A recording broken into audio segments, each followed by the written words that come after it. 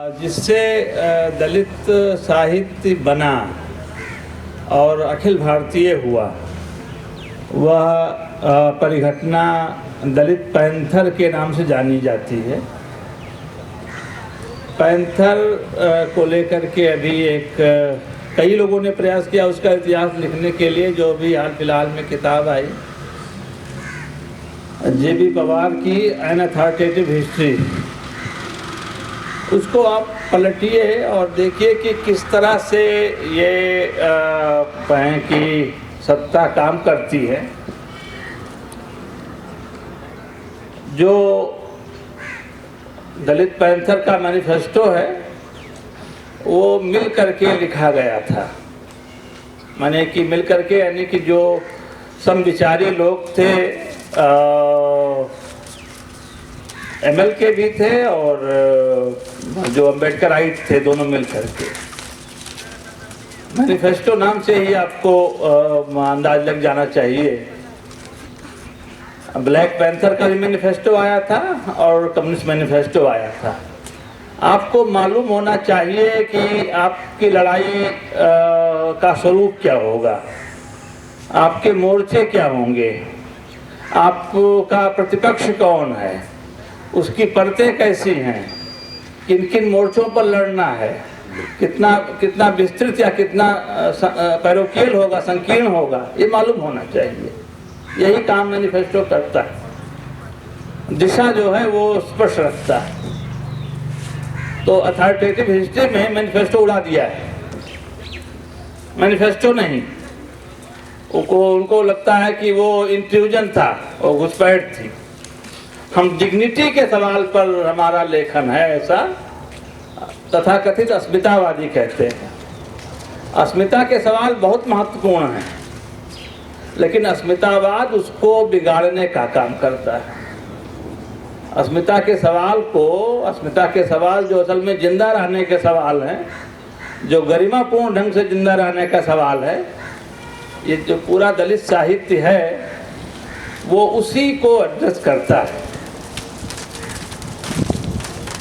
लेकिन उसमें एक तो धारा है ही वो जो ये मानती है कि जमीन का मुद्दा उठाएंगे तो ये आपका विपथन हो जाएगा, आप संसाधनों में बंटवारे का मुद्दा उठाएंगे तो विपथन हो जाएगा।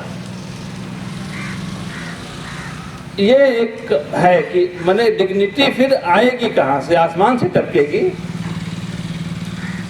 इस बात को लेकर के पैंथर का मूवमेंट शुरू होता है, मैनिफेस्टो लिखा जाता है। दूसरा मुद्दा भी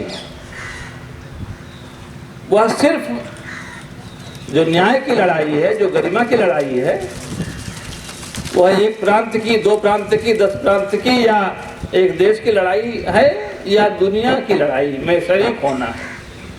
कुछ लोग मुक्त होंगे, बाकी लोग बंधन में रहेंगे या सभी मुक्त होंगे। पैंथर के घोषणा पत्र में यह है कि कोई भी जहां कहीं भी पिस रहा है, संघर्ष कर रहा है, हार नहीं मान रहा है, वो हमारा अपना है। इस संकल्प के साथ, इस जज्बे के साथ दलित साहित्य शुरू होता है। बहुत जल्दी ही उसमें दूसरी आवाजें घुसने की कोशिश करती हैं और उसमें तोड़फोड़ होती है। दलित विजन नाम से गेलोम्बेट की जो पतली सी किताब है, आप देखिए, इसमें वो कहती हैं कि कोई मिलता था तो पूछता था कि who is your father, Ambedkar और मार्क्स, कार्ल मार्क्स। पिता तुम्हारा कौन है, बाप कौन है, मराठी में बोलते हैं, मार्क्स है या अम्बेडकर। ये जो मतलब उसको बांधने का और उसको तोड़ने का काम था। आप देखें, जब ये नारा दिया गया, दुनिया के मजदूरों एक हो, उनको एक होना था, लेकिन पूंजीपति दुनिया के एक थे। तो उन्होंने इस नारे को पहले समझा और एक न होने देने के लिए जितनी कोशिशें हुई, जितना निवेश हुआ है। अभी हाल फिलहाल में एक व्यक्ति को मूर्ख साबित करने के लिए, पप्पू साबित करने के लिए कितना निवेश हुआ है, उससे आप अंदाज लगा सकते हैं। तो दुनिया के मजदूर एक नहीं हो सकते, सबकी संस्कृतियाँ अलग अलग हैं, सबके सबकी चिंताएं अलग अलग हैं। ये जो पूरा उत्तराधुनिकता का खेल है उसका बड़ा हिस्सा इसमें लगा हुआ। ये सब सारी संस्कृतियां ऑटोनमस हैं, माने अधिकार का प्रश्न भी जो है वो अलग अलग संस्कृतियों के अनुसार होगा। वो वैसा नहीं है कि संसाधनों का बंटवारा ये क्या चीज़ होती है, न्याय ये क्या है, वो सब सापेक्षिक है। तो ये जो सापेक्षिकता का मामला आया कल्चर के इलाके में, इसने बहुत कहे कि भ्रम फैलाया और बहुत पर्दे डाल दिए कई चीज़ों पर। आप देखें जो शुरुआती ताप है दलित साहित्य में, वो असल में हिंसा से जूझते हुए आया है, हिंसा से सीधा मुकाबला है। मुक्तिबोध कहते हैं कि मैं मेहतर होना चाहता हूँ, हो नहीं पाता, जाता हूँ फिर उछल करके इधर आ जाता हूँ। अनुभव का महत्व ये इसमें मतलब इसमें इसे रेखांकित होता है। अनुभव होना चाहिए, लेकिन न्याय की लड़ाई में अनुभव का तो माने उसका संज्ञान लिया जाना चाहिए, उसको शामिल किया जाना चाहिए, लेकिन वहीं तक उसको सीमित नहीं करना चाहिए कि जिसका अनुभव होगा वो सिर्फ करेगा। न्याय की लड़ाई में सब शामिल हो सकते हैं। और मतलब जब बनाया बाबा साहब अम्बेडकर ने स्वतंत्र मजदूर दल, तो उसमें यही बात थी कि इस लड़ा और उसका आप कंपोजिशन देखिए, उसके मेंबर्स देखिए, उसके कहें कि नेतृत्व की भूमिका में रखे जाने वाले लोगों को देखिए, तो मालूम होता है कि ये कहना क्या चाहते हैं। आप सबको पता है कि उन्हीं दिनों रसल की किताब आई थी और सामाजिक पुनर्निर्माण के सिद्धांत, उस पर लिखते उन्होंने कहा था कि नहीं, इसमें सबको शामिल होना जरूरी है, रक्त निर्धारक नहीं होना चाहिए, अनुभव का कोई विकल्प नहीं है। जो झेलता है वो उस बात को ढंग से कह पाता है, लेकिन ये दरवाजा खुला रहना चाहिए कि न्याय के सवाल पर और लोग भी जुड़ते जाएंगे। पानी का जो प्रश्न है, जो महाड़ सत्याग्रह हुआ और जो अभी इंद्र कुमार मेघवाल की हत्या हुई जालौर राजस्थान में, वहाँ से लेकर के 25 से लेकर के 2023-24 तक एक लगातार एक धारा चली आ रही है हत्याओं की, हिंसा की। तो दलित साहित्य एक जमाना था जब ये कहा गया था कि जैसे जैसे अर्बनाइजेशन होगा, शहरीकरण होगा, वैसे वैसे ये पहचानें खत्म हो जाएंगी। आप जानते हैं नहीं खत्म हुई। हिंदी के एक बड़े कहें कि बड़े प्रखर दलित गीतकार हैं जगदीश पंकज, उनका एक नवगीत है, भीड़ में भी तुम मुझे पहचान लोगे, मैं निषिद्धों की गली का नागरिक हूँ। तो निषिद्धों की गली का नागरिक, वो नाक इतनी लंबी होती है, यहाँ पर तुलसीराम जी थे इस बात को कहा करते थे, और इस बात के लिए उनकी बड़ी शुरू में बड़ी निंदा हुआ करती थी कि वो बीएसपी के इतने आलोचक क्यों हैं। लेकिन उनकी कही गई बहुत सारी बातें, इतनी अंतर्दृष्टिपूर्ण बातें बाद में सब साबित होती गई। तो उनका कहना यह था कि ये जो लंबी नाक वाले हैं वो जातियां सूंघ लिया करते हैं, किराया कमरा देना होगा किराए पर तो मालूम कर लिया, बताने की जरूरत नहीं पड़ती, घूम फिरा कर कई बार पूछ तायद कर लेते। तो शहरी इलाके में जातियों का पहचाना जाना, उसके आधार पर व्यवहार तय होना, ये बंद नहीं हुआ है। इस बीच में जो नए दरवाजे खुले हैं, जो हिंसा नए तरीके की आई है, जिसके बारे में आपको समय लगता है पहचानने में कि आपके साथ हिंसा हुई, आपको लगता है कि आपके साथ तो बहुत दुलार का व्यवहार हो रहा है, आपको फलाने संगठन का बना दिया गया है महामंत्री, जो जगह जगह पर झंडे लगाने का काम कर रहा है, इसमें सब झंडों से पूरा पटा हुआ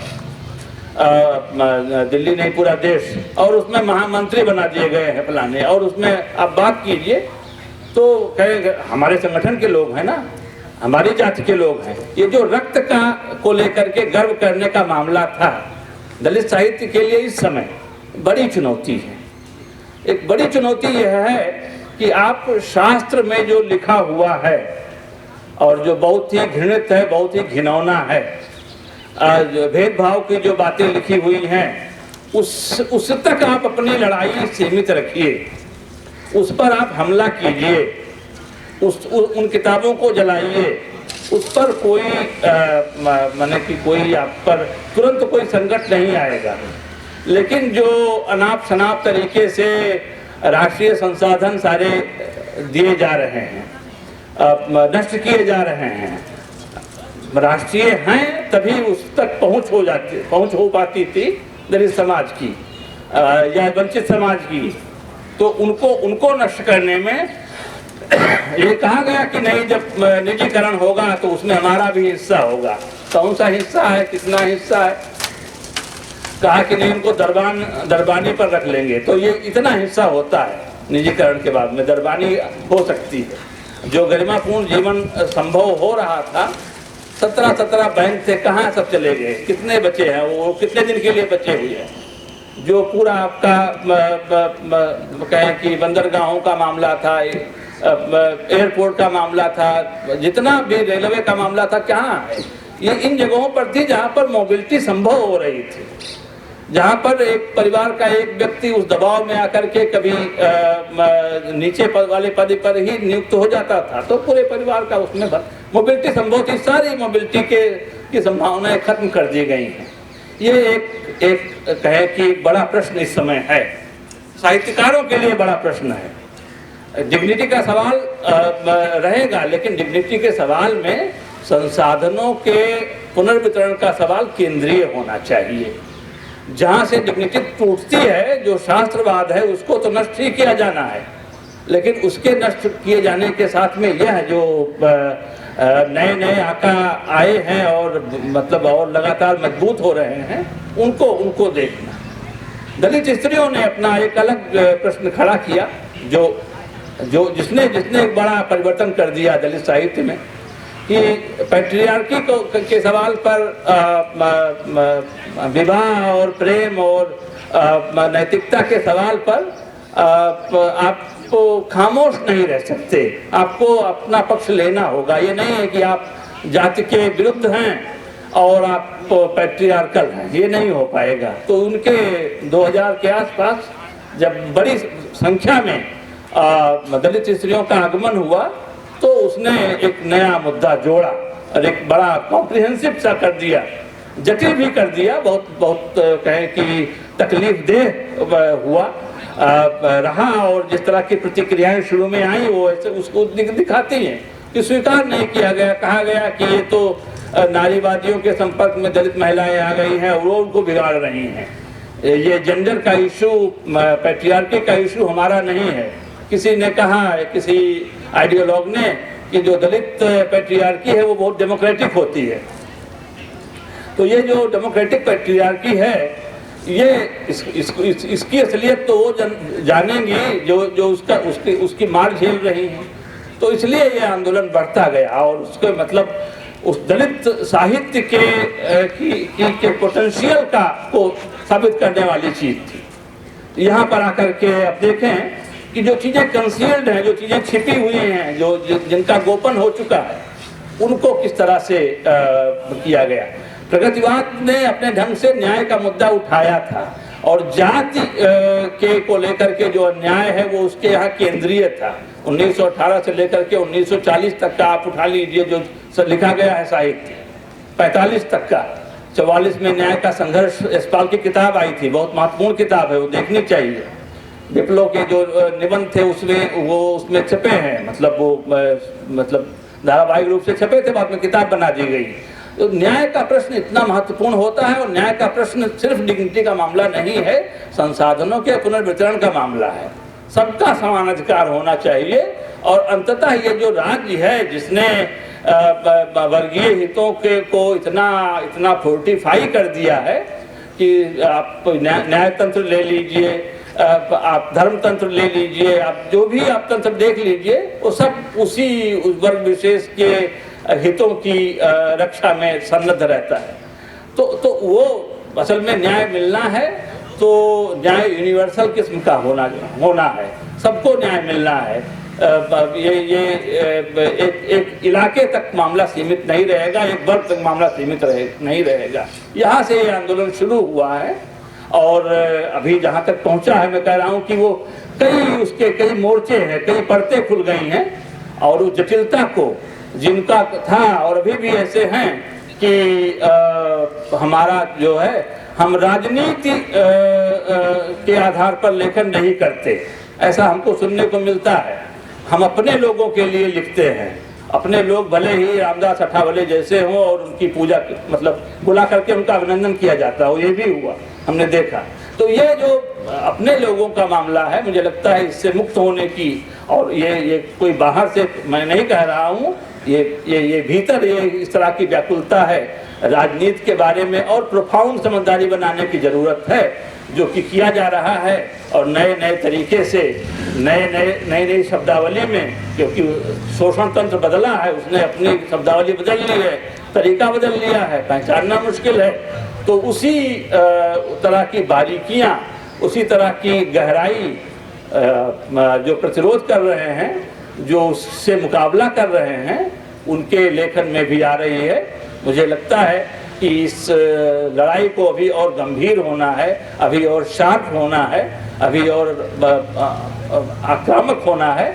और जिस दिशा में हम जा रहे हैं वो दिशा बहुत जानलेवा है।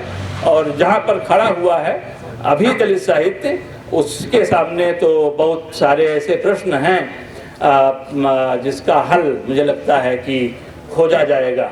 मुझे मौका दिया, मैं बहुत शुक्रगुजार हूँ। धन्यवाद।